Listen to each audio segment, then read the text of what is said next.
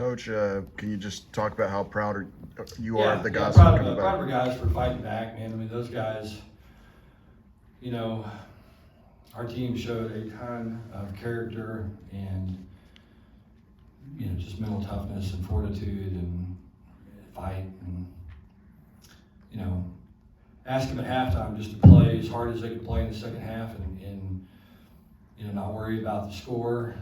Just come out and play with incredible effort, and they did that and got themselves back in the game, and you know, we were right there, had a chance. They're driving the third 40 when you got to the 2-yard line, they get points. Do you feel like that was a difference in the game almost? I mean, you could point to a lot of stuff. I mean, but yeah, certainly getting to the 2-yard line out scoring obviously ended up being a big deal in the game. You know, yeah, that was obviously important. I mean, I thought that the 2-point play was a big deal. Savon had 11 catches, I believe, for 164 yards. Yeah. Both single-game career highs for him. Can you talk a little bit about how he's grown? Yeah, he just played with it. I mean, number one, he played incredibly hard. Got banged up a couple of times and kept coming back in, and I mean, just played with really a ton of toughness. You know, just played like he's capable of playing. I mean, it was really, really good to see him play with confidence. And you know, Josh kind of got on the same page with him and started to trust him. And you know, the big difference I think was we were able to run the ball in the second half. You know, we just stuck with it and were able to run it enough to where you know, we weren't in a bunch of second and third and long situations like we were in the first half. You know, we just wasted some drives early in the game. We kind of blew it. We've done it times this year where we had a penalty or gave up a sack or did something and couldn't get out of our own way. Then the second half, guys just started making plays and settled in. And like I said, we were able to run the ball. I thought our offensive line really, really played well in the second half. You know, not only in the run game, it gave our quarterback time to throw the football and gave us an opportunity to get back in the game. And then overall, defensively, you know, I thought we played well enough to win. You know, and you know, it's the fourth game this year that we've had an opportunity to win down the stretch and couldn't do it. And so it's just, you know, it's a good football team that we played against. You got to give Texas credit. They, you know, did what they had to do to win the game, and I think it shows a lot of, you know, a lot about who they are. Very talented team, and you know, they're playing smart football, not turning the ball over and making people beat them. Other than just telling the guys to play hard in the second half, was there anything that y'all did differently, just telling them on defense to hold Not those really. I guys mean, to 30? obviously we changed some calls, made some adjustments, did some things a little bit different. You know, changed some of the things we were doing from a blocking standpoint offensively, and you know, you asked about the turning point earlier. I mean, look, we're going to go in at halftime down 2 scores if we don't throw that late interception. You know what I'm saying? I mean, that was to me, it was a big play. Gave him a quick touchdown, and all of a sudden, you know, it's a 3-score game,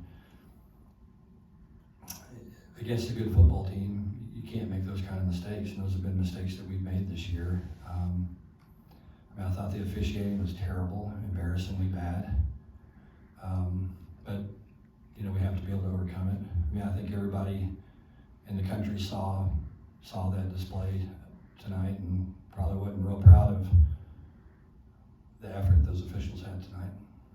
Did Savion's third quarter catch kind of spark the offense than what he had later in the game? Yeah, I mean, I think so. Yeah, we made some plays. I mean, we had to. You know, we had to make some competitive plays on the ball, and John Paul obviously made a heck of a catch on that third down. You know, right there at the end zone, and Savon made a great play as well. And yeah, there was some stuff that sparked us, and it was just individual plays. And you know, unfortunately, a lot of times this thing comes down to what happened when they converted that third down. I mean, the ball was up in the air, and somebody makes a play on it, and it's either you or them. And you got to give Texas credit; they made a play on that ball, and we didn't. And unfortunately, you know, those things add up, and that gets magnified in that situation there. But you know, if we want to break through and be as good as we're capable of being, you know, we have to make those kind of plays. But yeah, I mean, I think guys, I was really proud of some of the individual stuff that we did tonight.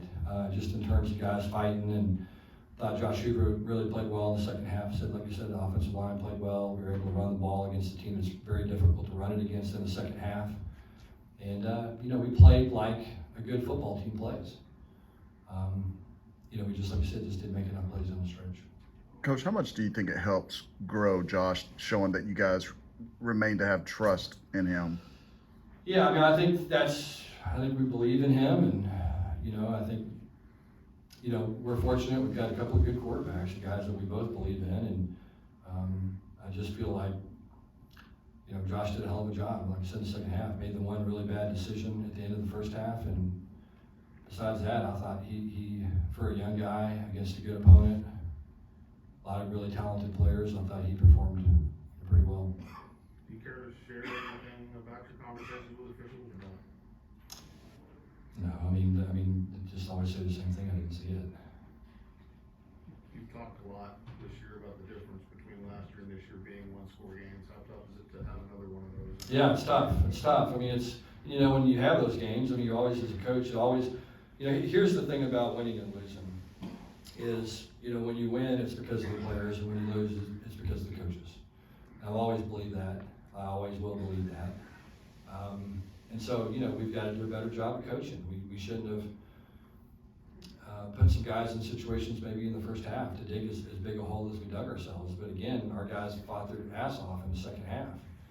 Got back in the game and had a chance to win down the stretch. We're one play away from having the ball and with just in the field goal. Or at that time, I felt like we had a ton of confidence that we were going to score a touchdown.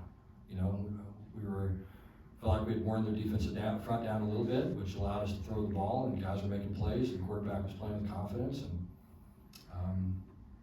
I would have loved to have seen what would have happened. Coach, there's been a lot of plays where it just didn't seem like it would bounce y'all's way this year. Did you get that feeling when Bradford had that pick and then? Oh, not really. It goes back to what we talked about earlier. It's like anything else. You just,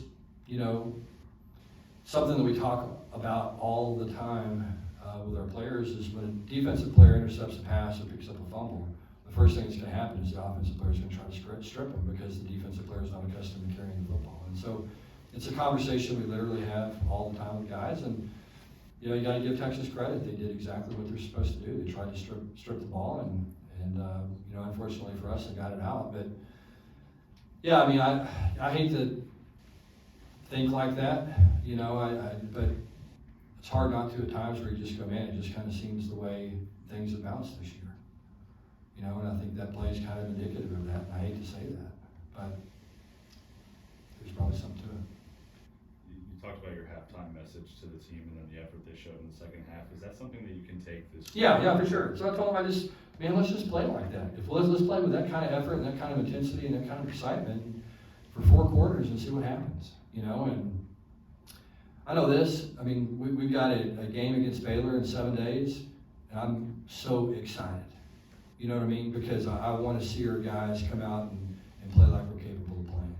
And so, I'm already fired up about that game and fired up to see our guys play, and I know they're going to work hard and have a hell of a week of practice. And my hope is we'll play 4 quarters like we played in the second half today. And if we do, then we'll be a good football team. We'll have a chance to win a game. And so I'm excited to see that because that's there. I know it's there. It's been there at times this year. We played exceptionally well. We just have, either not made a play or made a mistake or something that's cost us. And, we've got to do a better job coaching. It comes down to that. We've got to coach better. We've got to coach situations better. We've got to make sure that our guys understand, what needs to be done in critical situations.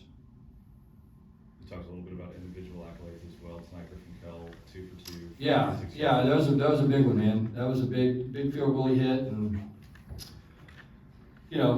had just got a lot of confidence in him. And he hadn't, we've asked him to do some really difficult things this year. His average distance of field goal coming into the game was 42 yards. And that's the longest, I think, in college football this year. And so, we've asked him to do hard things. We put him in some tough situations, and that was a tough one, and he responded. And I got a lot of confidence in him, and I believe in him, and he nailed it. We'll go 2 more questions. Anything else? Okay, thanks, Coach. Okay.